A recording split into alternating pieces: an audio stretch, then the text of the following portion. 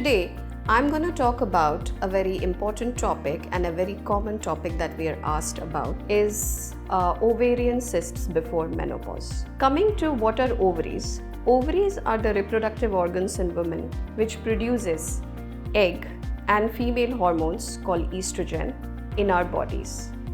And what happens every month that a follicle, a very small fluid-filled sac, starts to develop from the first day of the periods, and at around day 14th or 15th, this follicle ruptures to release one egg every month. What are ovarian cysts?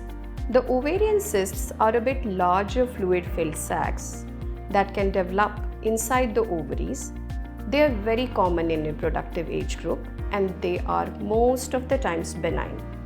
So first thing to remember that before menopause, these ovarian cysts are largely benign and it can be treated very efficiently when you meet your gynecologist. What are the symptoms that you can have because of the ovarian cysts? So most of the times what we see in our practice that there are no major symptoms because of the cysts. They are either diagnosed in routine assessment or during a routine ultrasound scan like a health checkup. But some cysts, when they become too large in size, they can give you symptoms like pelvic pain or pain in the lower abdomen, pain during intercourse, painful periods, or you can have other symptoms related to your urinary tract or bowel movements. Ovarian cysts are very common in the reproductive age group women. What we have seen that 1 in 10 women will require a surgery for an ovarian cyst in their entire lifespan. Now coming to what are the different kinds of cysts that we commonly see. So a broader categorization can be a simple cyst or a complex cyst. A simple cyst in the ovary is a thin-walled cyst and it contains a clear liquid like water inside it. Coming to the complex cysts, they are usually thick-walled and they contain blood or thick fluid or sometimes solid nodules or solid masses. Whenever a cyst is detected, your gynecologist would like to do an ultrasound scan for the better characterization of the cyst. And depending on whether the cyst is simple or complex, the size of the cyst, or depending on your symptom, the treatment will be suggested. Say for example, you have a complex cyst, you may be offered further investigations like MRI of the abdomen and pelvis or some special blood tests which can also tell us more about the cysts. Usually, simple cysts which are thin-walled and contain clear watery fluid inside them, they resolve by themselves if they are less than 7 centimeters in size. The cysts which are more than 7 centimeters in size, the doctor may advise you to undergo a surgery.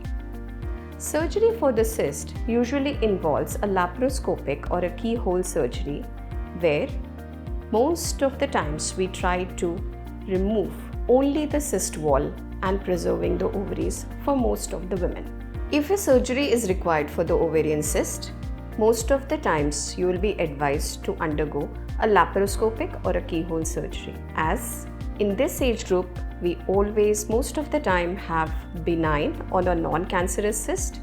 A laparoscopy, which is a keyhole surgery, has a better recovery rate and less pain post-surgery. Very rarely, the entire ovary has to be removed, and there are very few situations like that.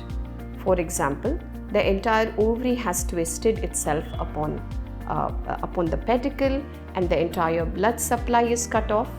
Then, after the discussion with your gynecologist, there can be a situation where the entire ovary has to be removed. 2 important points I would like to mention here, that combined oral contraceptive pills will not cause the cysts to disappear, but they may prevent the cysts from coming back. And secondly, the aspiration or the taking out the fluid from the cysts is not a recommended method of treatment. So, the take-home point should be the ovarian cysts are very common in reproductive age group.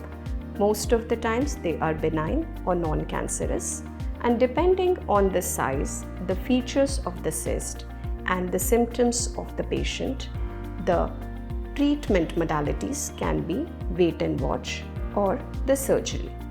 So, whenever you have any doubt or you have any symptoms, say for example, irregular bleeding, too much pain during your periods, pain during intercourse, or urinary or bowel symptoms which you can't correlate with anything else, please meet your gynecologist.